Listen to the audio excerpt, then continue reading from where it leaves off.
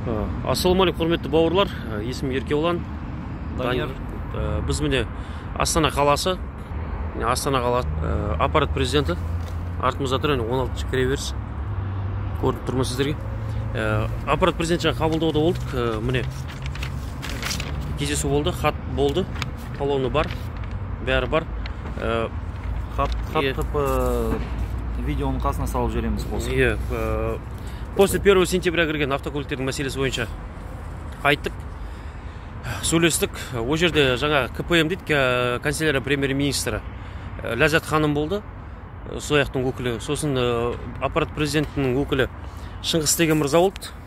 Сосын МВД-дан келді, Минфиннен келді, Қайрат Кәримович келді, МВД-дан Алтынбек келді, фамилиясын ұмытып қалып тұрмын. Минфиннен біраз адам келді. В общем, сондай жиналыс болды, жаңа сөйлестік, айттық. Шамал кейбір жерде наповышен танақта болды әңгімелер, жасыратын ештеңе жоқ.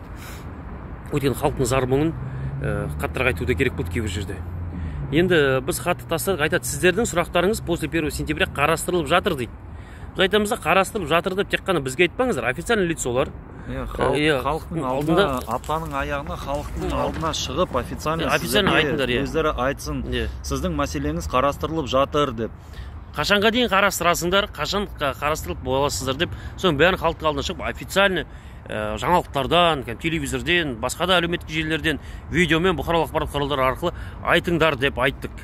Сосын айттық, біздер осы аптаның аяғына дейін соны істеп болыңыздар. Және бізге жаңағы тағы да жоғарғы адамдармен аппарат президенттегі кездестіріп беріңіздер деп. Осы мәселені тікелей президентке жеткізулеріңізді талап етеміз деп бәрін айттық.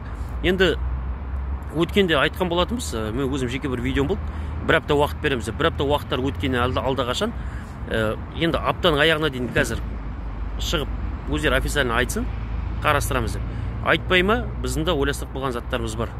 Ол жаңағыдай көшеге шығу, анау-мынау тағысын тағымыз, енді оған да заставлять етеді адамды. Бірағында біз бір аптадан кейін не істейсіңдер деген сияқты сұрақ болды да, бір аптадан кейін не істейтін конкретно идеямыз бар. И ол идея өте жесткий болады. Ертең стол переговоровқа отыруға жалынатындай қыламыз. Оның бәрін айттық, жаңа нақтылап тұрып. Шатырды кетірмеңдер деп. Тапсырма берілді. Конституцияның 38-ші бабына байланысты біздер өзіміз халықтың ішінде орын алған сұрақтарға байланысты өзіміз белсенді топ құрып, өкілдерімізді шығарып, сондай ұжымдық болып айтып, жазып жүрген жайымыз бар. Ол Конституцияның 38-ші бабында да көрсетілген, қателеспесем 38-ші бабы болу керек. Қайталап басты точно салып жіберермін. Сондайға тапсырма берілді. Конституцияның біздер, Конституция бойынша елдің биліктің бастауы ол халық дейді, 3-ші бабында жазылғандай. Соның бәрін талап қойылдық, алдында да айтқан болатынбыз бәрін. Бір апта уақыты өтті, біздің реальный идеямыз бар.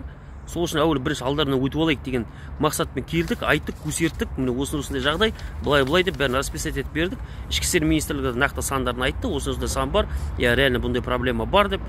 Минфиннің тарапынан да, бүкіл жақтан, бүкіл тарапынан келген азаматтардың бәрінің тарапынан айтылды, әрбір министрліктердің осындай мәселе бар деп.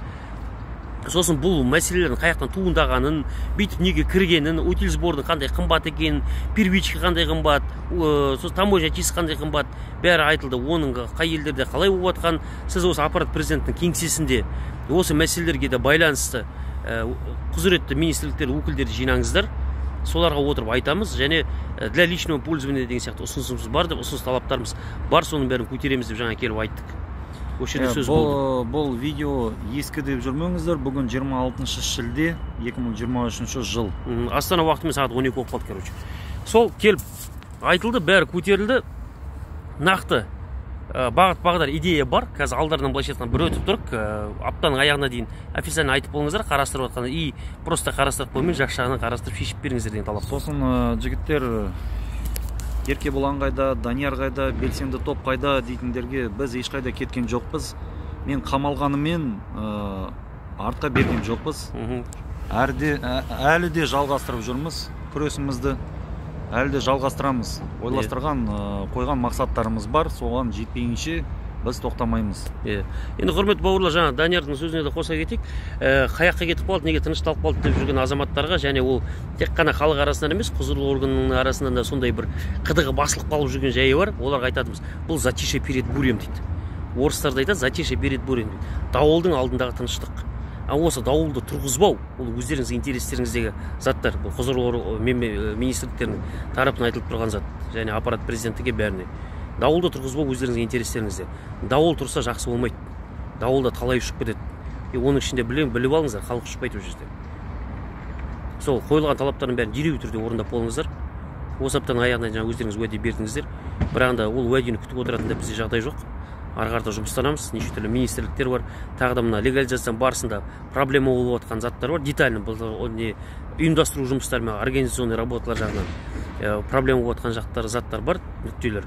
Соған байланысты бүгін ішкі істер министрлігінде боламыз.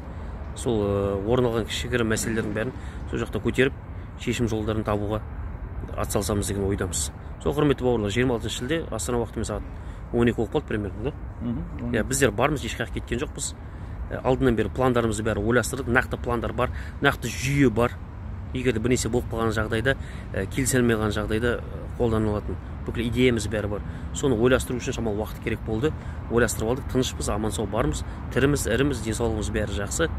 Міндетті түрде шешіледі деген сенімдеміз. Қош сау болып тұрыңыздар, құрметті бауырлар, тағы да байланысқа шыққанша.